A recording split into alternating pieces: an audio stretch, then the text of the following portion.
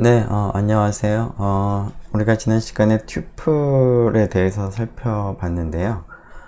튜플을 사용을 해서, print라는 함수처럼 그 가변 길이의 그 아규먼트를 받아들이는 함수를 작성하고 사용하는 방법을 살펴보도록 하겠습니다. 자, 이러한 그 가변 길이 아규먼트를 받아들이는 이제 함수를 작성을 할 때는 함수를 이제 정의할 때 함수의 데피니션에서 그 파라미터 앞에 그 star라고 하는 이 get 오퍼레이터를 이제 붙입니다. 자, 이러한 get 오퍼레이터를 이제 붙여서 작성을 하게 되면 이 함수를 이제 사용을 할 때, 호출을 할 때 여러 개의 아규먼트를 우리가 전달하게 되면 함수 내부에서는 그 여러 개의 아규먼트를 이제 튜플로 바꾸어서 전달을 하게 됩니다. 그래서 실제로 그 함수를 이제 작성할 때는 하나의 그 아규먼트, 하나의 파라미터가 있다라고 생각을 하지만 사용을 하는 입장에서는 뭐 한 개가 되든 두 개가 되든 뭐 몇 개가 되든 아규먼트를 전달을 이제 할 수가 있는데요. 자, 그러한 함수를 사용을 하는 방법을 이제 구체적으로 살펴보기 위해서 print all이라고 하는 함수를 우리가 한번 작성해 보도록 하겠습니다. 자, print all이라고 하는 함수는 임의의 개수의 그 아규먼트를 이제 전달을 받을 수가 있고요. 이렇게 받은 아규먼트들을 이제 출력을 하는 그런 함수를 작성을 해 보도록 하겠습니다. 자, 굉장히 간단하게 작성을 할 수가 있는데요. 자, print all이라고 하는 함수를 다음과 같이 정의를 하면 되겠습니다. 자, 처음에 함수 정의이기 때문에 def로 시작을 해야 되겠죠. define print all, 자, 괄호를 하고 아규먼트를 이제 적는데 앞에 지금 star를 붙였습니다. 자, star를 붙이게 되면 지금 함수를 호출할 때 이 함수에 여러 개의 아규먼트를 전달을 할 수가 있는데 그러한 경우에 여러 개의 그 아규먼트를 하나의 튜플로 만들어서 argus라고 하는 여기에서 그 파라미터 이름인 argus라고 하는 이름으로 전달이 됩니다. 실제로 이 argus 자체는 튜플이 됩니다. 자, 그래서 그러한 것을 이제 하나의 아규먼트, 즉 하나의 튜플로 받아들여서 출력을 하는 그런 함수를 작성을 했는데요. 자, 이러한 것이 어떻게 실제로 사용되는지 살펴보도록 하죠. 자, 이러한 variable length argument에서 파라미터의 이름을 우리가 여기서와는 다르게 argus가 아니라 다른 이름을 이제 쓸 수도 있습니다. 그런데 이제 argus라고 하는 게 arguments의 이제 약자로 쓴 겁니다. 자, 그래서 보통 이제 여러 개의 그 파라미터, 아규먼트가 들어올 테니까, 특별한 이제 그 의미를 가지는 이름을 쓴다기보다는 여러 개의 아규먼트가 들어온다라는 입장에서 argus라고 하는 이러한 파라미터 이름을 종종 많이 씁니다. 자, 뭐 딱, argus만을 써야 되는 것은 아니고요. 앞에 star를 붙이기만 하면 됩니다. 자, 이것을 이제 사용하는 한 가지 예를 이제 여기서 보여주고 있는데요. 자, 이 함수를 정의를 하고 나서 print all이라고 하는 함수를 이제 호출을 하는 거죠. 자, 지금 파라미터를 3개를 전달을 한 거죠. 1이라는 인티저, 2.0이라는 floating point number, 그 다음에 3이라는 문자를 이제 전달을 했습니다. 자, 그런데 이렇게 3개를 전달하지만 이 star를 붙이게 되면 이 함수 내부에서는 1, 2.0, 그다음에 문자 3을 성분으로 하는 튜플로 변환을 합니다. 내부적으로. 그래서 그러한 튜플을 이제 받아들이게 되는 거고요. 이제 argus라고 하는 녀석이 그러한 튜플을 이제 가리키게 됩니다. 자, 그런 다음에 이 argus를 이제 프린트를 하기 때문에 지금 이 결과를 보면 튜플이 인쇄가 된 것을 볼 수가 있죠. 즉 args라고 하는 게 함수 내부에서 튜플로 바뀐다는 것을 짐작을 할 수가 있겠습니다. 자, 이러한 예를 한번 구체적으로 한번 살펴볼까요? 우리가 지난번에 예제들을 좀 많이 안 해봤었는데, 자, 다른 것들은 여러분들이 한번 실행을 해보면 이제 강의 시간에 얘기했던 그러한 것들을 확인할 수가 있겠습니다. 자, variable length argument인데요. 자, 우리가 작성한 것은 이제 프린트 하는 것까지만 작성을 했는데, 실제로 argus의 타입이 어떻게 되는지, 그리고 argus의 길이가 어떻게 되는지도 한번 출력을 해보도록 하겠습니다. 함수를 정의하고, 자, 이와 같이 1, 2.0, 3이라는 문자 열을 이제 3개를 입력을 하는 거죠. 그렇게 되면은, 자, argus를 이제 출력을 하는 명령문 때문에 이와 같이 튜플이 인쇄가 됐고요. 실제로 argus의 타입을 확인해 보면 튜플이라는 것을 확인할 수가 있습니다. 즉, 내가 전달한 것은 3개의 별도의 아규먼트지만 내부적으로 이것을 하나의 튜플로 만들어서 전달이 된다라는 것을 확인할 수가 있겠습니다. 자, 그리고 이 argus의 length는 이제 3이 되겠습니다. 그래서 내부적으로 이러한 variable length argument가 전달이 됐을 때 외부에서 몇 개를 전달했는지를 아는 것이 필요하다면 length를 이제 이용을 해서 길이를 계산하면 되겠습니다. 자, variable length argument가 정말 잘 작동하는지를 확인하기 위해서 이번에는 하나, 둘, 셋, 넷, 다섯, 6개죠.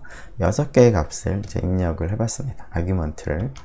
자, 그래도 여전히 잘 동작을 하는 것을 볼 수가 있습니다. 자, 그래서 이 star라고 하는 것을 우리가 gather operator라고 부르는데요. 이 gather operator를 함수의 정의 부분에 쓰는 겁니다. 함수의 정의 부분에 쓰지만 우리가 함수를 호출할 때는 뭐 star를 전혀 생각하지 않고 그냥 일반적인 함수하고 동일하게 호출을 하면 됩니다. 네, 그러면 자, gather operator하고 이제 반대로 동작을 하는 scatter operator를 살펴보려고 하는데요. 자, gather operator는 여러 개의 아규먼트를 하나의 튜플로 만들어 주는 것이죠. 이걸 반대로 생각을 한다면 scatter라고 하는 것은 하나의 튜플을 여러 개의 아규먼트로 이렇게 분해를 이제 흐트러뜨린다라고 생각을 할 수 있겠습니다. 즉, gather는 여러 개의 아규먼트를 하나로 이렇게 모으는 것이고요. scatter는 하나의 튜플을 여러 개의 아규먼트로 이제 흐트러뜨린다라고 생각을 하면 되겠습니다. 자, 이 scatter를 이제 사용을 할 때도 star operator를 쓰게 되는데요. 자, 이 조금 전에 얘기한 것처럼 여러분들이 지금 어떤 함수에 여러 개의 아규먼트를 전달을 해야 되는데 지금 여러분들한테는 그러한 여러 개의 값들의 시퀀스, 즉 뭐 튜플이 주어져 있다고 하죠.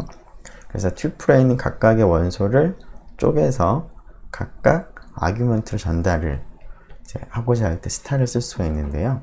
자, 앞에서 gather는 함수의 정의에서 썼는데 scatter는 함수를 호출할 때 사용을 합니다.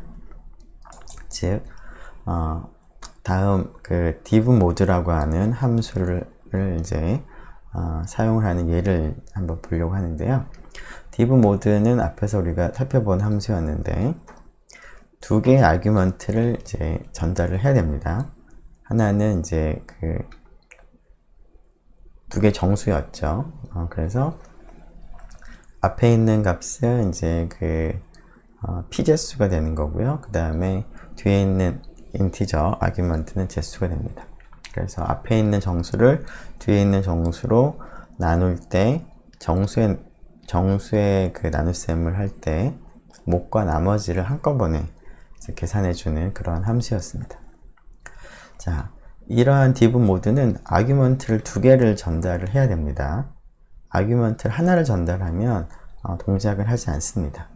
설사 아규먼트를 튜플로 만들어서 두 개의 성분을 갖는 튜플을 전달을 한다고 하더라도 div 모드 함수는 동작을 하지 않는데요. 그 예를 다음과 같이 살펴보죠. 앞에서 7을 3으로 나눌 때 못과 나머지를 계산을 하기 위해서 div 모드에 7하고 3 두 개의 아규먼트를 전달했는데 지금처럼 7과 3을 하나의 튜플로 묶어서 t를 전달을 하게 되면 에러가 생깁니다. 어떤 에러인지 보면 이 div 모드라고 하는 함수는 두 개의 아규먼트가 필요한데 하나만 전달했다라는 겁니다.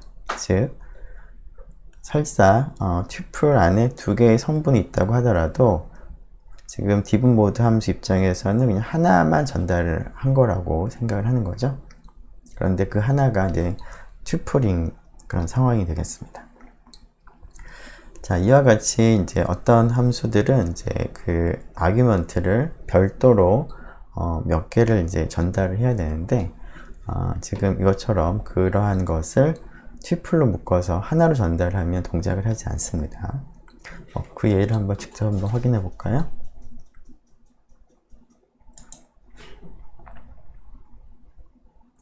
네, 여기 있죠? 자, 물론 우리가 그 아는 것처럼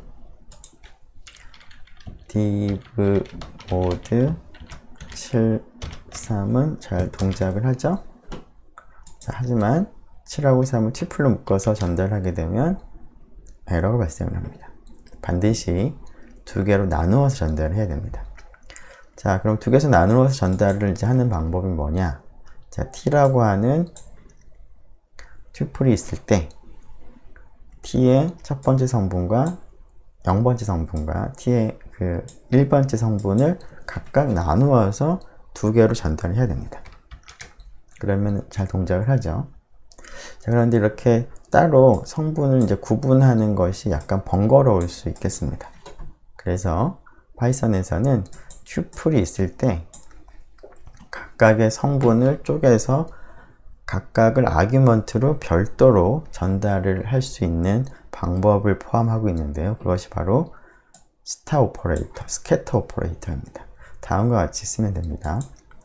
즉 위와 같이 쓰는 것 대신에 아래와 같이 t 앞에 스타를 붙이면 t를 구성하고 있는 각각의 성분들을 별도의 아규먼트로 만들어서 전달을 하는 그런 역할을 하는 겁니다.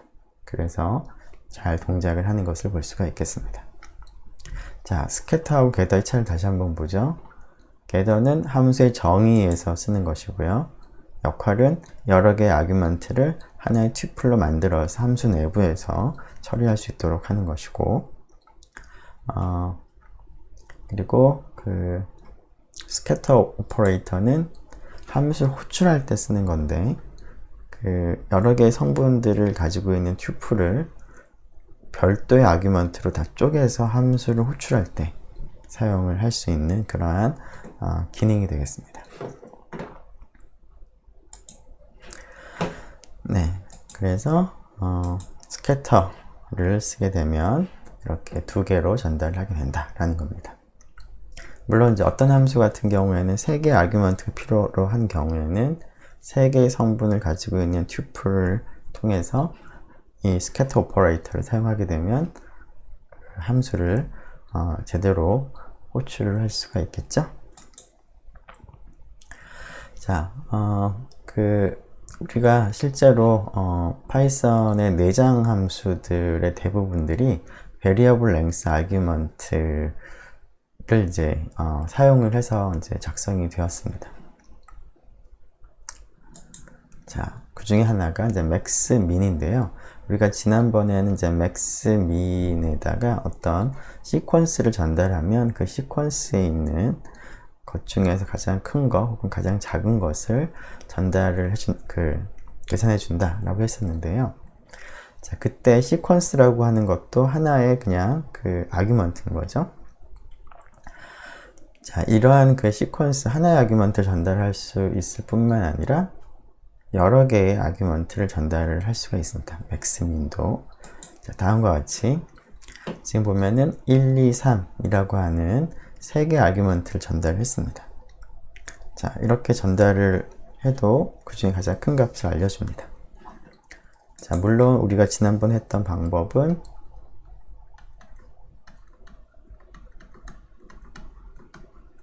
이와 같이 그 1, 2, 3을 시퀀스로 만들어서 전달을 했습니다. 이 경우에는 아규먼트가 하나입니다. 여기서는 아규먼트가 여러 개 있는 거죠. 자, 이런 맥스 혹은 민도 마찬가지로 variable length 아규먼트를 사용할 수가 있습니다. 자, 그런데 sum이라고 하는 내장 함수는 variable length 아규먼트를 지원하지 않습니다. 한번 해볼까요? 자, sum에다가 1, 2, 3을 집어넣으면 sum은 최대로 2개의 아규먼트를 이제 전달을 할 수가 있는데 지금 3개를 전달을 해서 에러가 생겼음을 볼 수가 있습니다. 우리가 sum을 사용하는 방법은 하나의 아규먼트를 전달을 하게 되면 물론 시퀀스 형태로 그 시퀀스에 있는 값들을 다 합하는 그러한 기능이 있는데요. 자, 지금 보니까 sum은 최대로 2개의 아규먼트를 전달을 할 수가 있다고 했는데 지금은 조금 전에는 하나의 아규먼트를 전달했는데요. 아규먼트를 뭐 예를 들어서 이렇게 전달을 해보면 어떨까요? 한번 어떤 일이 일어나는지 한번 확인해 보도록 하겠습니다. 자, sum은 3개의 아규먼트를 전달하면 에러가 나고요. 자, 리스트 뭐 이렇게 1, 2, 3 해볼까요? 자, 리스트, 그러니까 시퀀스를 이제 전달하게 되면 그 시퀀스에 있는 값들을 다 더하는 거죠. 자, 그런데 이렇게 3개를 이제 시퀀스로 묶고 20을 이제 입력을 해보죠. 예를 들면. 자, 그러면 아규먼트는 이제 2개를 전달을 하는 겁니다. 1, 2, 3이라는 시퀀스 아규먼트 하나, 그 다음에 20이라는 그냥 이 정수 하나 해서 아규먼트 2를 전달을 하는데 어떤 계산하는지 한번 유추를 한번 해보도록 하죠. 자, 위에는 6이었는데 아래는 26이 나왔습니다. 자, 어떤 일을 하는 것 같죠? 자, 뒤에 있는 이 아규먼트 역할이 생략을 하게 되면 0을 기준으로 해서 계산하는 것 같고 생략을 하지 않고 넣게 되면 20에다가 여기 있는 값들을 다 더한 값을 이제 계산을 이제 하는 것을 볼 수가 있습니다. 즉, 오른쪽에 있는 값은 앞쪽에 있는 값들을 다 더할 때 그 출발하는 그 초기 값이라고 여러분들이 이제 기억을 할 수가 있겠습니다. 자, minmax는 variable length 아규먼트를 쓸 수가 있지만 sum은 그렇지가 못한데요. 자, 그러면 지금 방금 우리가 살펴본 gather 오퍼레이터나 혹은 scatter 오퍼레이터 이런 것들을 적절히 사용을 하게 되면 그 임의의 개수의 아규먼트를 받아들이는 그러한 함수를 작성을 할 수 있을 것 같습니다. 물론 우리가 원하는 기능은 임의의 개수의 아규먼트를 전달해서 그 아규먼트가 몇 개라 하더라도 그것들의 합을 return을 하는 함수를 이제 만들어 보면 좋을 것 같습니다. 자, 이러한 함수의 이름을 sumAll이라고 한번 해보면 좋을 것 같은데요. 자, 여러분들이 잠깐 한 2, 3분 정도 한번 잠깐 포즈를 하고 이러한 함수를 작성을 해보면 좋을 것 같습니다. 네. 어떻게 잘 작성을 했는지 모르겠네요. 자, 어떻게 하면 좋을까요? 여기다 한번 써볼까요? 어렵지 않은 것 같으니까. 자, define sumAll이라고 하고요.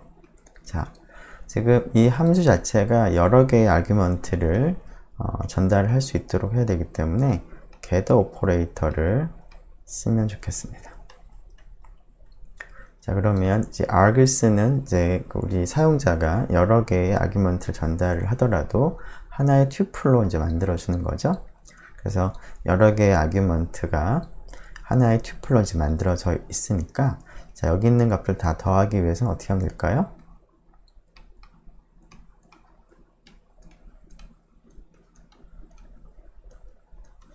그냥 args가 하나의 시퀀스니까 sum이라는 함수를 이제 사용을 하는 거죠. 자, 그래서 바로 리턴을 하게 되면 sum을 만들 수가 있을 것 같습니다. 한번 확인을 해 보도록 하겠습니다.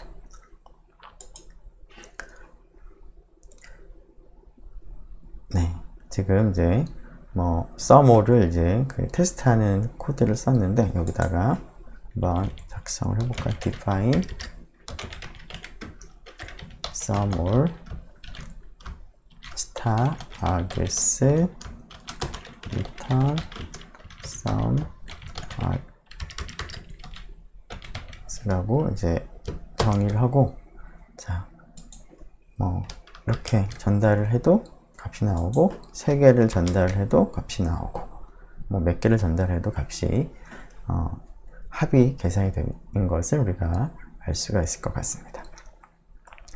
자, 이거에 대한 또 다른 이제 연습으로 그 다음을 한번 생각을 해볼까요? 자, 예를 들어서 자, 1부터 10까지 합을 이제 계산을 한다라고 하죠. 자, 그때 그 다음과 같이 range라고 하는 함수를 이제 사용을 해 보겠습니다. 1부터 10이니까 이렇게 하게 되면 t는 1부터 10까지를 이제 원소로 하는 어떤 오브젝트를 이제 만들어 냅니다. 자, 그런 다음에 이 녀석을 당연히 sum에다가 집어넣으면 합이 나오죠. t가 하나의 이제 그 시퀀스가 되기 때문에. 자, 그런데 sum을 사용을 하려면 t라고 한다면 네, 안 되죠? 네. 자, 지금 그 sumall은 아규먼트를 이제 여러 개를 전달 받을 수는 있긴 하지만, 이 아규먼트 하나하나는 숫자라는 것을 이제 가정하고 이제 작성이 된 거라고 볼 수가 있습니다. 자, 그런데 이렇게 시퀀스를 집어넣게 되면 sumall은 하나의 아규먼트를 가지고 있는 하나의 이제 그 시퀀스를 성분으로 하는 튜플이 됩니다. 자, 그래서 그 튜플 자체를 sumall에 집어넣게 되면 sum이 조금 제대로 작동을 안 하는 거죠. 그래서 이런 경우에는 scatter 오퍼레이터를 사용을 하면 t에 있는 각각의 원소들을 아규먼트로 분리를 해서 전달을 이제 할 수가 있겠습니다. 네, 그렇게 해서 그 variable length 아규먼트 사용하는 방법을 살펴봤고요. 자, 이번에는 그 리스트하고 튜플들을 이제 섞어서 사용을 하는, 혹은 뭐 리스트 튜플을 뭐 리스트로 바꾼다던가, 뭐 리스트를 튜플로 바꾼다던가, 두 가지를 이제 섞어서 사용하는 몇 가지 티피컬한 방법들을 몇 가지 생각을 해보도록 하겠습니다. 자, 리스트와 튜플을 이제 서로 같이 사용을 할 때 많이 사용되는 빌트인 함수 중에 zip이라고 하는 빌트인 함수가 있는데요. zip이라고 하는 것은 이제 여러분들 그 옷에 달린 지퍼를 생각을 하면 좋을 것 같습니다. 그 지퍼를 보면은 이제 이렇게 옷이 왼쪽과 오른쪽에 있을 때 여기 그 이빨이라고 하나요? 네. 그것을 지퍼가 쭉 올리면서 왼쪽과 하나, 오른쪽 하나를 이렇게 교대로 이렇게 쭉 그 연결을 해서 쭉 이렇게 올려주는 거죠. 자, 이러한 그 지퍼랑 비슷하게 zip이라고 하는 빌트인 함수는 시퀀스를 아규먼트로 택합니다. 네, 잠시만요. 네, 여러 개의 시퀀스 아규먼트를 이제 받아들여서 뭐 2개든 뭐 3개든 4개든 이제 시퀀스를 이제 받아들입니다. 그런 다음에 이 시퀀스에 있는 이제 원소들을 하나씩 가지고 와서 튜플의 리스트를 이제 만들어서 전달합니다. 이때 튜플은 각각의 시퀀스에서 같은 위치에 있는 그러한 원소를 가지고 튜플을 만듭니다. 뭐 예를 들어서 시퀀스가 1, 2, 3이라는 시퀀스가 있고요. A, B, C라는 시퀀스가 있고 뭐 두 개만 해보죠. 이 두 개의 시퀀스를 이제 전달을 하게 되면 집이라고 하는 것은 1과 A라는 문자를 튜플로 만듭니다. 그리고 두 번째 2하고 B를 튜플로 만듭니다. 그리고 3하고 C를 원소로 하는 튜플을 만들고 이런 거의 리스트를 일종의 리스트를 만들어서 리턴을 하는 그러한 함수가 되겠습니다. 즉, 이 두 개가 마치 뭐 그 이빨이라고 생각을 했을 때 지퍼에 그 하나씩 이제 모으는 거죠. 네, 연결하는 겁니다. 자, 물론 시퀀스가 두 개가 아니라 세 개일 때는 뭘 할까? 시퀀스 세 개. 3.0, 4.0, 5.0 이렇게 플로팅 포인트 밸류로 하게 된다면 자, 1, A, 3.0 즉 각각의 시퀀스에서 처음에 있는 성분을 이제 하나의 튜플로 만드는 거죠. 그리고 2, B, 그 다음에 4.0이 되겠죠. 그런 식으로 튜플들 만들고 그런 것들의 일종의 리스트를 만들어서 전달을 합니다. 자, 이것이 이제 종종 유용하게 사용이 되는데요. 일단은 집이 어떻게 사용되는지부터 한번 보죠. 자, 다음은 그 문자열과 그 리스트에 이제 집 함수를 적용을 한 결과인데요. 자, 문자열 ABC. 자, 문자열도 하나의 시퀀스죠. 문자들의 시퀀스입니다. 그리고 T라고 하는 것을 정수의 리스트로 생각을 하고 다음과 같이 집 ST라고 하게 되면 조금 전에 얘기한 튜플들의 리스트, 일종의 리스트를 전달하게 됩니다. 자, 그런데 내부적으로는 이제 일종의 리스트처럼 생긴 건데 정확하게 리스트는 아니고 내부적으로 집 오브젝트라고 하는 것을 만들어서 전달을 합니다. 자, 이 집 오브젝트라고 하는 것은 뭐 본질적으로 일종의 뭐 리스트와 비슷하게 생긴 건데요. 이러한 집 오브젝트는 일반적으로 우리가 이터레이터라고 부릅니다. 이터레이터 일종이라고 이제 얘기하는데요. 이터레이터라고 하는 것은 이 내부의 그 원소들을 하나씩 반복할 수 있는 방법을 알고 있는 그런 오브젝트들을 이터레이터라고 부릅니다. 자, 이런 이터레이터의 뭐 일종으로 이제 리스트도 있는 것이고요. 그 스트링도 있는 것이고요. 그리고 뭐 튜플도 있는 것입니다. 자, 리스트나 스트링이나 튜플에 있는 각각의 원소를 우리가 이터레이트, 반복을 할 때 어떻게 하냐면 많이 하는 방법 중에 하나는 for문을 씁니다. 예를 들어서 k in 1, 2, 3 리스트라고 한다면 이렇게 하는 거죠. 그러면은 여기 리스트는 일종의 이터레이터인데 그래서 for문에 다음과 같이 쓰면 이 리스트에 있는 원소를 하나씩 반복할 수 있는 방법을 알고 있는 그런 오브젝트가 되기 때문에 K가 이 경우에는 1, 2, 3을 바꿔가면서 이제 하나씩 반복을 하는 거죠.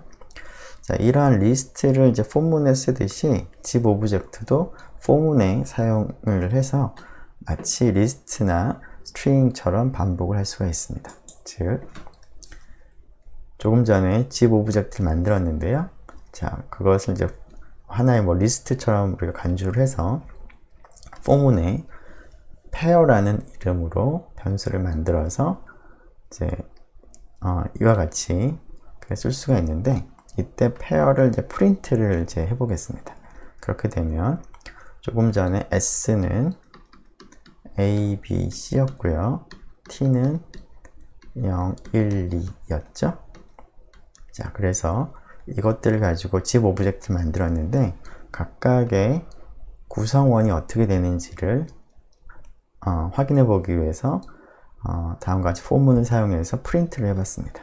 그랬더니 다음과 같이 튜플들이 출력이 된 것을 볼 수가 있습니다. 그리고 이 튜플은 조금 전에 얘기한 것처럼 각각의 시퀀스에서 대응하는 녀석을 가지고 튜플을 만든 것이죠.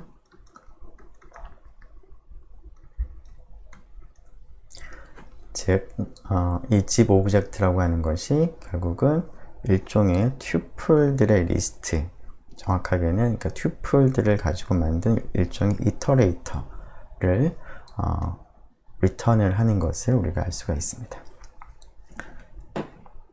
자, 이러한 집 오브젝트를 우리가 앞에서 얘기한 것처럼 이터레이터라고 부르는데요.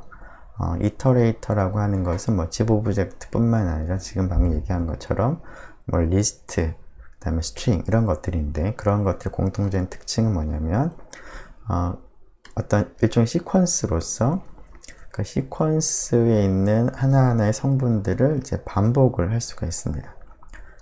자, 이러한 이터레이터는 지금 방금 본 것처럼 리스트하고 굉장히 유사하죠. 자, 하지만 이제 그 이터레이터라고 할 때는 반드시 리스트하고는 뭐 동일하진 않는데, 그러한 차이점 중에 하나는 리스트는 각각의 성분을 우리가 접근하고자 할 때 포문을 사용할 수도 있지만 인덱스를 사용을 할 수도 있습니다.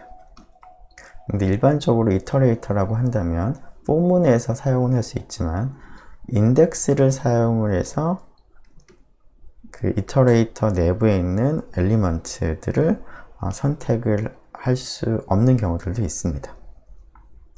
자, 그래서 그 일반적인 이터레이터가 주어져 있으면 그것을 포문에서 여러분들이 이와 같이 사용을 하면 되겠습니다. 자, 물론 이러한 집 오브젝트가 그 이터레이터이기 때문에 원소를 하나하나씩 살펴볼 수는 있습니다. 자, 그런데 만일에 여러분들이 이제 이 집 오브젝트에 있는 내용들을 일종의 리스트의 형태로 만들고 싶다라고 한다면, 자, 다음과 같이 앞에 리스트를 붙여주면 됩니다. 즉, 리스트라는 함수를 호출하면 집 오브젝트를 리스트로 바꿔줍니다. 조금 전에 집 오브젝트에는 이러한 것을 원소로 하는 이터레이터라고 했는데, 그게 리스트하고는 동일하지 않은데, 그것을 리스트로 이제 변환을 할 때는 리스트라고 하는 함수를 호출을 하면 다음과 같이 좀 더 구체적으로 튜플들의 리스트로 변형을 할 수가 있습니다. 자, 그렇지만 우리가 이터레이터이기 때문에 조금 전과 같이 그냥 내용을 갖다 반복을 하는 목적이라면 굳이 리스트를 바꾸지 않아도 되고요. 포문에서 반복을 할 수가 있습니다. 포문을 사용해서. 근데 뭐 굳이 리스트로 변경을 하고 싶다라고 하면 다음과 같이 하면 된다는 것입니다. 자, 이러한 집 오브젝트를 이제 만드는 집이라고 하는 함수에서는 여러 개의 시퀀스를 이제 받아들여서 각각의 시퀀스에 대응하는 값들을 사용해서 튜플들을 만드는데, 시퀀스의 길이가 다 동일하지 않아도 집이라는 함수가 잘 작동을 합니다. 다음과 같습니다.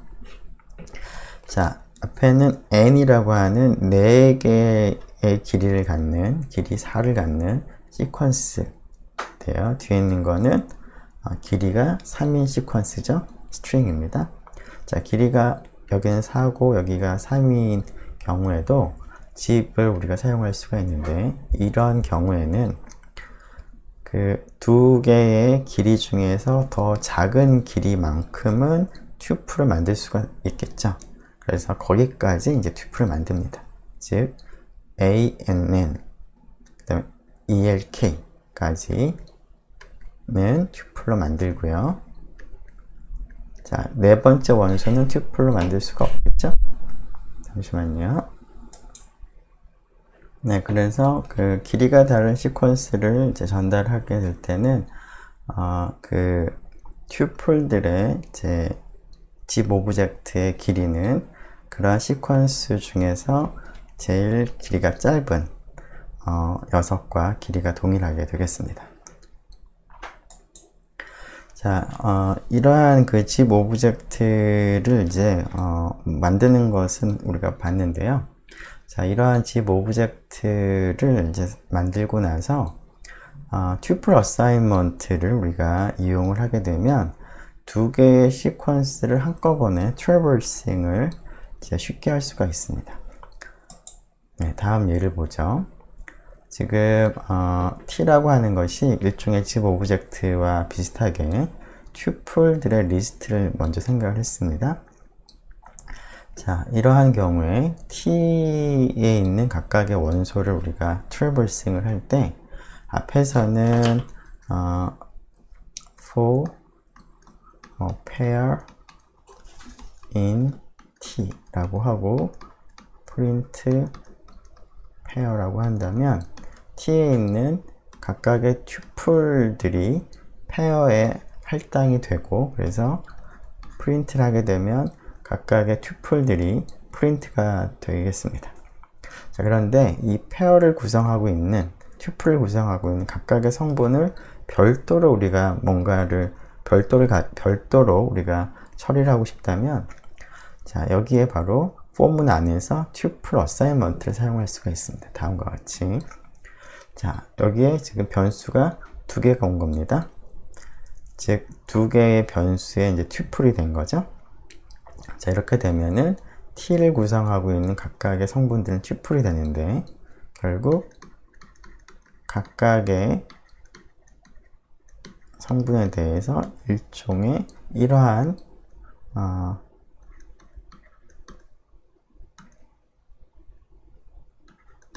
튜플 어사인먼트가 일어납니다.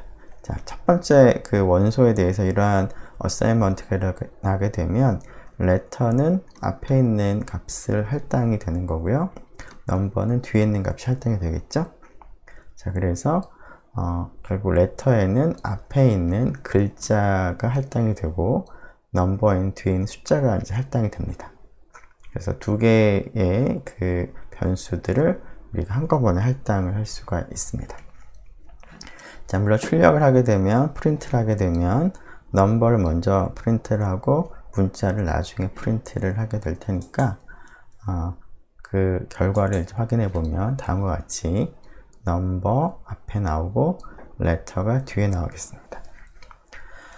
자, 이러한 그 포문에서 튜플 어사인먼트를 집 오브젝트하고 같이 쓰게 되면 두 개의 시퀀스에 있는 원소를 간단하게 그 한 번에 동시에 트래버싱을 할 수 있는 그러한 구문을 우리가 쉽게 만들 수가 있습니다. 자, 다음과 같이 써보죠. 자, 지금 그 뭐 이러한 example로 그 한 가지 함수를 우리가 작성을 하려고 하는데요. 자, hasMatch라고 하는 함수를 우리가 작성을 하면서 집 오브젝트하고 튜플 어사인먼트를 이제 활용을 해서 두 개의 시퀀스를 동시에 이터레이트를 하는 트래버싱을 하는 그러한 것을 사용을 해보려고 합니다. hasMatch라고 하는 함수는 어떤 일을 하기를 원하냐면 인풋 아규먼트로 두 개의 시퀀스를 받아야 됩니다. 하나는 t1, t2.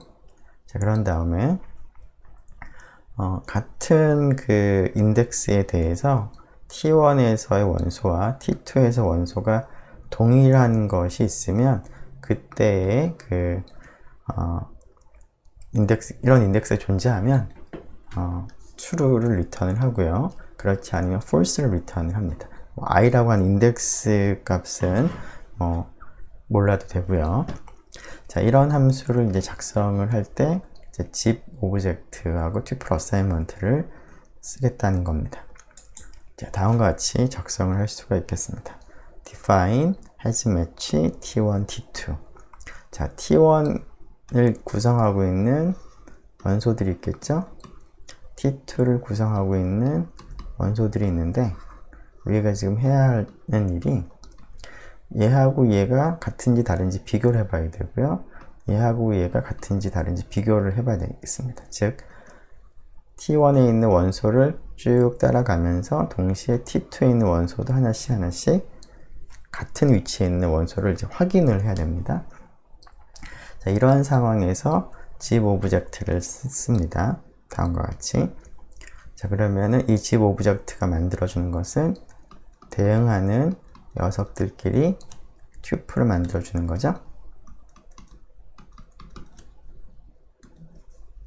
자, 그래서 같은 색깔에 있는 원소들끼리 튜플을 만들어주고, 그런 것들이 일종의 집 오브젝트, 이터레이터를 만듭니다.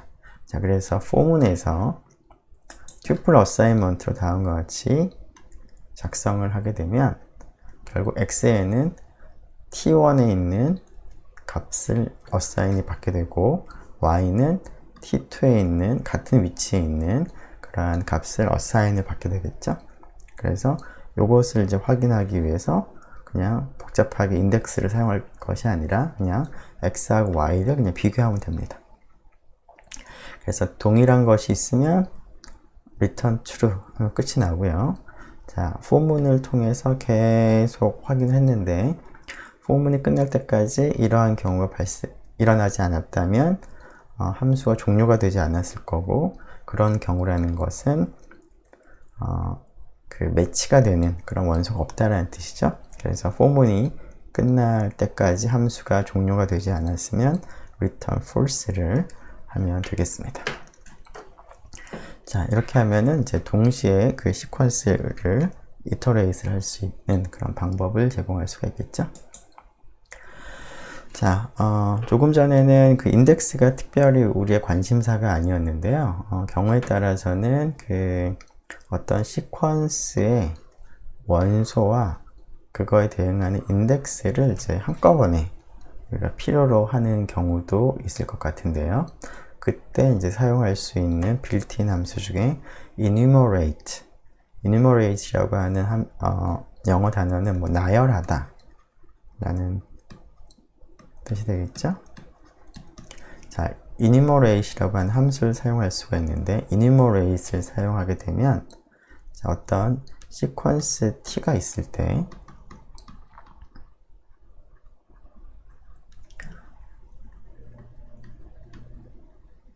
enumerate t라고 한다면, 자, 이것이 만들어내는 오브젝트는 그 내부적으로 리스트는 아니지만 그 형태가 인덱스와 그 t의 그 인덱스에 해당하는 원소를 튜플로 묶은 일종의 리스트를 전달하게 됩니다. 이터레이터죠, 정확하게는. 자, 그래서 이러한 이터레이터를 이제 활용하게 되면 어떤 시퀀스에 있는 원소와 인덱스를 한꺼번에 우리가 이용을 할 수가 있습니다. 자, 마찬가지로 조금 마찬가지로 tuple 어사인먼트를 활용하면 좀 더 간단하게 쓸 수 있겠습니다. 자, A, B, C라는 문자들의 시퀀스의 string을 enumerate 전달하게 되면 이 enumerate 전달하는 이터레이터의 각각의 원소는 결국 인덱스 0, 그 다음에 문자 A, 인덱스 1, 문자 B, 인덱스 2, 문자 열 C를 튜플로 하는 것들을 이제 일종의 리스트, 이터레이터로 만들어서 리턴을 합니다. 자, 그래서 인덱스와 각각의 원소가 이제 필요할 때 tuple 어사인먼트로 인덱스와 엘리먼트라고 하는 변수를 동시에 할당을 하게 되면 그것을 이제 우리가 포문에서 사용을 할 수가 있겠습니다. 자, 네, 조금 전에 쓴 것처럼 여기 앞에 있는 튜플의 앞에 있는 부분은 인덱스고요. 말 그대로 변수 이름이 인덱스라서 인덱스가 아니라 enumerate이라고 하는 이 함수가 만들어내는 것이 이 A, B, C 전달하는 시퀀스의 인덱스, 0부터 시작을 하죠. 자, 그리고 그 다음에 엘리먼트를 이제 튜플로 하는 그런 페어를 이제 만들고 그런 페어들의 일종의 시퀀스, 이터레이터를 이제 전달을 합니다. 그래서 이 녀석을 이제 출력을 해보면, 자, 인덱스하고 엘리먼트를 출력했으니까 0, A, 1, B, 2, C와 같이 출력이 되는 것을 볼 수가 있겠습니다. 자, 시간이 뭐 한 40분 정도 지나서 일단은 지금 방금 얘기했던 부분들을 한번 테스트를 몇 가지 해보죠. 자, S라는 시퀀스와 T라는 시퀀스에 대해 지입을 한 다음에 프린트를 한번 해보고 리스트로 바꿔보기도 하겠습니다. 자, 프린트를 한 결과는 네, 특별히 뭐 자세히 나와 있지 않습니다. 그냥 지입 오브젝트라는 그 사실만 나와 있는 거고요. 그래서 내부를 우리가 포문을 써서 그 이터레이트를 하지 않으면 내부가 자세히 보이지는 않는데 이걸 리스트로 이제 변형을 하게 되면 다음과 같이 그 내부를 우리가 확인을 할 수가 있겠습니다.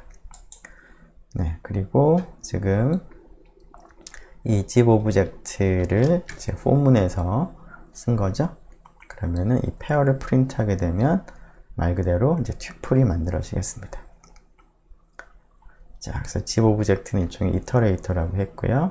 자, 지금 방금 네, 리스트로 바꿀 수도 있고 길이가 다른 시퀀스에 대해서 지입 오브젝트를 사용하게 되면 그 지입 오브젝트의 랭스는 그 두 시퀀스 중에서 더 짧은 시퀀스의 길이가 되겠습니다. 물론 3개를 하게 되면 3개 중에서 더 짧은 게 되겠죠. 뭐 어떻게 할까요? 뭐 0, 네, 이렇게 할까요? 이렇게 되면 어떻게 되나? 그러면은 길이가 2가 되죠. 하나하나의 튜플은 이제 3개를 성분을 한 튜플이 만들어지고 길이는 2가 됩니다. 네, 그리고 이제 이러한 그 지입 오브젝트를 이제 튜플 어사인먼트를 이제 활용해서 포문에서 사용을 하는 것도 가능한데 그러한 것을 먼저 확인하기 위해서 튜플 리스트를 사용을 해서 T가 튜플 리스트죠. 그것을 사용해서 튜플 어사인먼트를 이제 쓸 수 있는 것을 먼저 우리가 확인을 하고 자 이것을 통해서 자 물론 이제 그 T가 튜플의 리스트이기 때문에 튜플 어사인먼트를 쓰지 않고 하나의 변수만 사용하게 된다면 A 자체는 하나하나가 튜플이 됩니다. 자 그래서 그러한 것을 이제 한꺼번에 사용한 것이 해즈 매치가 되겠죠. 네. 네, 이런 해즈 매치를 이 지입 오브젝트를 뭐 사용하지 않고도 우리가 만들 수가 있겠습니다. 자, 해즈 매치 2를 다음과 같이 만들었는데요. 자, 지입 오브젝트를 쓰지 않는 한 가지 방법인데 일단 T1과 T2를 이제 같이 이터레이트를 하기 위해서 T1의 길이와 T2의 길이를 먼저 계산을 합니다. 자, 그래서 두 개 중에서 더 짧은 길이를 계산을 하고요. 그래서 인덱스 입장에서 제일 처음 0부터 둘 중에 더 짧은 데까지 이터레이트를 할 수가 있겠죠. 더 짧은 쪽이 아니라 더 긴 쪽까지 하게 되면은 한쪽은 이제 아웃 오브 바운드가 일어나니까 미니멈을 택하도록 하겠습니다. 그리고 인덱스를 이제 0부터 n 바로 직전까지 바꿔가면서 T1K랑 T2K가 동일한지 K는 인덱스입니다.